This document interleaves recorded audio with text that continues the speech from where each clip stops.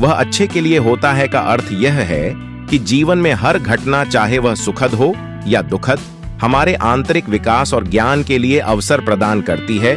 बौद्ध दर्शन में यह माना जाता है कि सभी घटनाएं कर्म के नियम के तहत होती हैं। हमारे पिछले कर्म हमारे वर्तमान और भविष्य को आकार देते हैं और यह समझ हमें जीवन की चुनौतियों को धैर्य और संतुलन के साथ स्वीकार करने में मदद करती है। कठिनाइयां और असफलताएं भी महत्वपूर्ण शिक्षाएं लेकर आती हैं, जो हमारे भीतर करुणा, धैर्य और आंतरिक शक्ति को बढ़ाती है। इसके अलावा बौद्ध धर्म हमें सिखाता है कि जीवन की हर घटना अस्थायी है और इसका उद्देश्य हमें परम सत्य की ओर ले जाना है। दुख और कठिनाइयां हमें आत्मनिरीक्षण के लिए प्रेरित करती हैं, जिससे हम अपने मोह और अज्ञानता से मुक्ति पा सकते हैं। जब हम यह समझते हैं कि प्रत्येक घटना के पीछे कोई ना कोई सकारात्मक उद्देश्य है, तो हम जीवन की परिस्थितियों को एक व्यापक दृष्टिकोण से देख सकते हैं और हर स्थिति में शांति और संतोष पा सकते हैं। इस प्रकार जो होता है वह अच्छे के लिए होता है। बौद्ध धर्म में आस्था और जीवन के प्रति सकारात्मक दृष्टिकोण का प्रतीक है। आज हम एक ऐसी कहानी के सफर में निकले जो हमें सीख, मनोरंजन और एक नई सोच देगी। प्राचीन समय की बात है। चंद्र नाम का एक समझदार और धर्मपायण व्यक्ति रहता था। वह एक निजी कंपनी में काम करता था और पिछले 2 वर्षों से उसी कंपनी में कार्यरत था। वह हर दिन भगवान को धन्यवाद देता कि उसे इस नौकरी का अवसर मिला। वीरेंद्र का पूरा जीवन भगवान की पूजा और साधना में लगा रहता था। उसकी धार्मिक प्रवृत्ति ने उसे जीवन के हर क्षण में भगवान का आभार मानने के लिए प्रेरित किया। वीरेंद्र मुंबई जैसे बड़े शहर में रहता था, जहां जीवन की हर चीज महंगी थी। उसकी सैलरी 2 साल से नहीं बढ़ी थी और उसकी कंपनी में भी कोई उन्नति नहीं हो रही थी। इससे वह अक्सर परेशान रहता था, लेकिन फिर भी भगवान के प्रति उसकी आस्था अडिग थी। वह रोज मंदिर जाता, भगवान की पूजा करता और हर छोटे बड़े काम के लिए भगवान का धन्यवाद करता।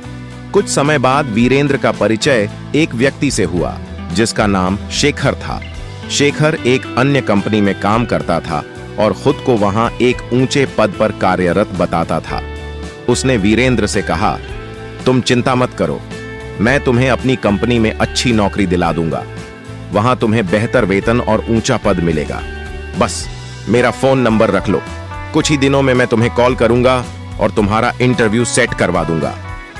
यह सुनकर वीरेंद्र के मन में खुशी की लहर दौड़ गई। वह सोचने लगा कि अब उसकी जिंदगी बदल जाएगी। वह नए सपने देखने लगा। एक बड़ा घर, एक गाड़ी और बेहतर भविष्य की कल्पना करने लगा। लेकिन इन सपनों के बीच वह शेखर के फोन का बेसब्री से इंतजार करने लगा। इंटरव्यू के दिन की सुबह वीरेंद्र ने अपने अलार्म को जल्दी उठने के लिए सेट किया, लेकिन जब वह उठा तो देखा कि अलार्म नहीं बजा और वह देर से जागा। जल्दी से तैयार होकर उसने भगवान की पूजा की, भगवान का धन्यवाद किया और ऑफिस के लिए निकल पड़ा। जब उसने अपनी बाइक को चालू करने की कोशिश की तो बाइक ने भी साथ नहीं दिया।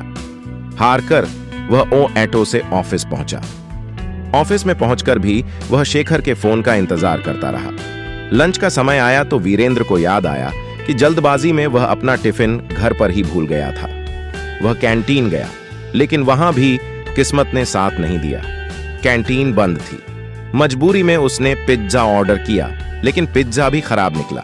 यह सब देखकर वीरेंद्र का मन खिन्न हो गया, लेकिन उसने धैर्य रखा। शाम को थका हुआ और निराश वीरेंद्र घर लौटा। जैसे ही वह भगवान की पूजा करने बैठा, शेखर का फोन आया, लेकिन उनकी बात ठीक से हो वो पाती उससे पहले ही फोन कट गया और शेखर का फोन बंद हो गया। ये देखकर वीरेंद्र का गुस्सा और निराशा बढ़ गई। उसने सोचा कि आखिर उसकी इतनी भक्ति के बावजूद भगवान ने उसे ऐसा क्यों होने दिया। उसी रात वीरेंद्र ने भगवान से मन ही मन पूछा, हे प्रभु, मैं आपका इतना बड़ा भक्त हूं, फिर भी आज का दिन मेरे लिए इतना खराब क्यों रहा। उसी रात उसे सपने में भगवान के दर्शन हुए। भगवान ने मुस्कुराते हुए कहा, वीरेंद्र, आज जो कुछ भी हुआ वह मेरी मर्जी से हुआ। मैंने तुम्हारी घड़ी का अलार्म इसलिए नहीं बजने दिया क्योंकि अगर तुम सही समय पर उठते और बाइक से जाते तो तुम्हारा एक गंभीर दुर्घटना में फंसने का योग्य था। मैंने तुम्हारी बाइक को इसलिए नहीं चालू होने दिया क्योंकि तुम्हारी जान खतरे में थी। कैंटीन इसलिए बंद थी क्योंकि वहां का खाना खराब था, जिससे तुम बीमार हो जाते। और सबसे महत्वपूर्ण बात, शेखर से तुम्हारी बातचीत इसलिए नहीं हो पाई क्योंकि वह व्यक्ति एक धोखेबाज है। मैं तुम्हें उसके जाल में फंसने से बचाना चाहता था। भगवान की यह बातें सुनकर वीरेंद्र की आंखें भर आईं। उसने भगवान का धन्यवाद किया कि उन्होंने उसे अनजाने में इतने बड़े संकटों से बचाया। उसने निश्चय किया कि वह हमेशा भगवान पर विश्वास रखेगा, चाहे कैसी भी परिस्थिति क्यों ना हो। इस कहानी से हमें यह सीख मिलती है कि भगवान की कृपा हमेशा हमारे साथ होती है, चाहे हम उसे समझ पाएं या नहीं। हमें हर परिस्थिति में धैर्य और विश्वास बनाए रखना चाहिए, क्योंकि भगवान हमेशा हमारे हित के बारे में सोचते हैं। भगवान कभी किसी का बुरा नहीं चाहते, भगवान सभी का अच्छा करते हैं। जो होगा देखा जाएगा, भगवान पर छोड़ दो, भगवान पर विश्वास रखो।